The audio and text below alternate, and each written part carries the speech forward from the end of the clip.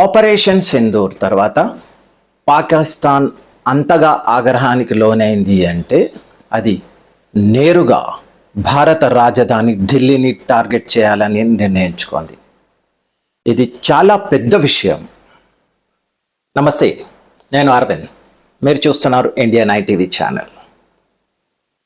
2025 మే 9 అర్ధరాత్రి సమయంలో ఢిల్లీలో సుమారు 2 కోట్ల మంది ప్రశాంతంగా నిద్రలో ఉండగా పాకిస్తాన్ ఢిల్లీపై భారీ దాడి చేయాలని ప్లాన్ చేసింది. పాకిస్తాన్ ఢిల్లీపై ఒక బ్యాలిస్టిక్ మిసైల్ని కూడా ఫైర్ చేసింది. అది ఫతా లేదా షాహీన్ 2 మిసైల్ అయి ఉండవచ్చు. ఫతా మిసైల్ షార్ట్ రేంజ్ సుమారు 300 కిలోమీటర్ల రేంజ్ ఇది. అలాగే షాహీన్ 2 మిసైల్ వచ్చేసి మీడియం రేంజ్ సుమారు 2000 కిలోమీటర్ల రేంజ్ ఇది. ఈ మిసైల్ దాడి ద్వారా పాకిస్తాన్ 3 లక్ష్యాలు సాధించాలని అనుకుంది. భారత ప్రజల్లో భయం కలిగించడం, భారత సైన్యం మానసిక స్థితిని దెబ్బతీయడం, ఢిల్లీలోని 2 కోట్ల జనాభాపై భారీ నష్టం కలిగించడం. కానీ భారత వాయుసేన ఈ మిసైల్స్కు ఢిల్లీ చేరుకునే ముందే ధ్వంసం చేసింది. ఢిల్లీకి సుమారు 280 కిలోమీటర్ల దూరంలో ఉన్న హర్యానాలోని ఫిర్సా ప్రాంతంలో భారత ఎయిర్ డిఫెన్స్ సిస్టమ్ ఈ మిసైల్ని గాల్లోనే పేల్చేసింది. ఆ సమయంలో సిర్సాలో భారత వాయుసేన 45th వింగ్ మోహరించి ఉండే అక్కడ ఆ యూనిట్కి కమాండర్గా ఉన్నారు ఎయిర్ కమాండర్ రోహిత్ కపిల్. ఈ టీం బరాక్ 8 అని ఎయిర్ డిఫెన్స్ సిస్టమ్ను ఉపయోగించింది.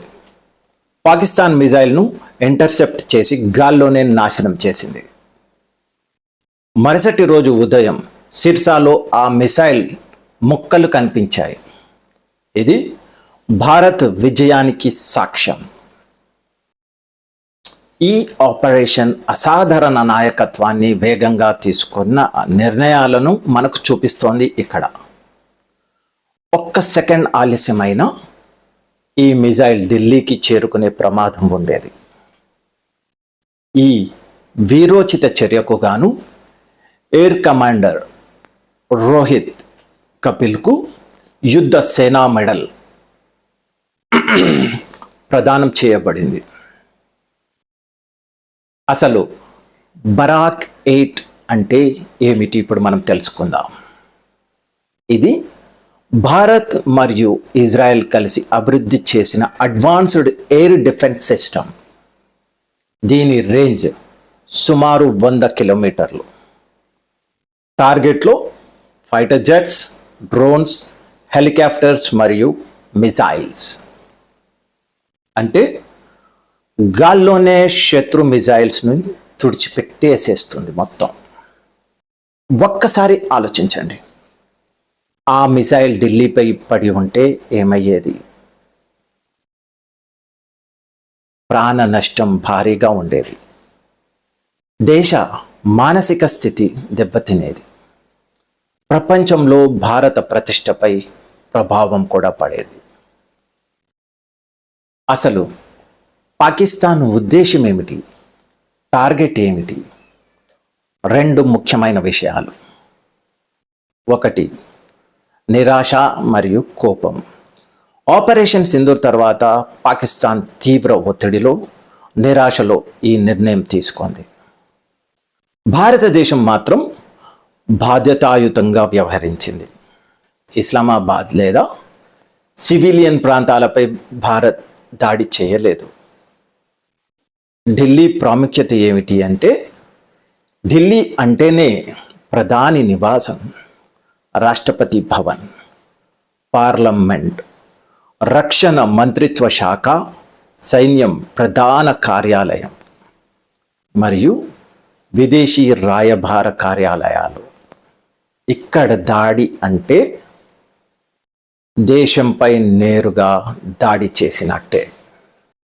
ఇక పాకిస్తాన్ మిజైల్ టెక్నాలజీ యొక్క నిజాలు ఒకసారి మనం చూస్తే, పాకిస్తాన్ చెప్పినట్లుగా ఇవి స్వదేశీ మిజైళ్ళు కావు. వాస్తవానికి ఇవి ఎక్కువగా చైనా టెక్నాలజీ ఆధారంగా తయారయ్యాయి.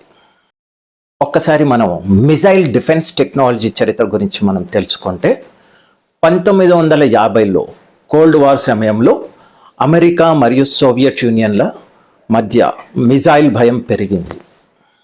అమెరికా నైక్ అజాక్స్ సిస్టమ్ను రూపొందించింది.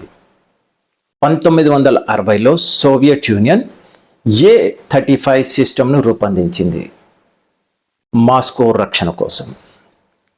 1991లో గల్ఫ్ వార్లో మొదటిసారి America Patriot మిజైల్ను Iraq suicide missiles మీద వాడింది. గాల్లోనే మిజైల్ను నాశనం చేయడం ప్రపంచం కూడా చూసింది. గేమ్ చేంజర్ మెయిన్గా ఇజ్రాయెల్. 1980 నుంచి 90లో ఇజ్రాయెల్ ఆరో మిజైల్ డిఫెన్స్ సిస్టమ్ను అభివృద్ధి చేసింది. ఇది శత్రు మిజైల్ను నేరుగా ఢీకొని నాశనం చేస్తుంది. ఇదే టెక్నాలజీ ఇప్పుడు థర్డ్ సిస్టమ్ మరియు S-400 సిస్టంలా అభివృద్ధి చెందింది.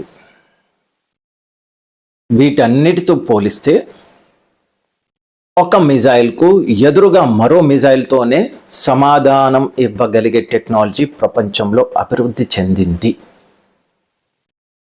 ఒక ఆయుధం వస్తే దాన్ని ఎదుర్కొనే కొత్త రక్షణ కూడా వచ్చేస్తోంది. Missile anti missile. ఈ విధంగా అనేక ఆధునిక యుద్ధ సాంకేతికత మరియు భారత రక్షణ వ్యవస్థ బలంగా ఉంది. అప్రమత్తత, టెక్నాలజీ, వేగవంతమైన నిర్ణయాలు ఒక దేశాన్ని రక్షిస్తూనే ఉంటాయి. మరి దీనిపై మీ అభిప్రాయం ఏమిటి? కామెంట్ రూపంలో తెలియజేయండి. మరొక విశ్లేషణతో మరో వీడియోలో మళ్ళీ కలుస్తాను. అంతవరకు భారత్ మాతాకి జై. జై హింద్.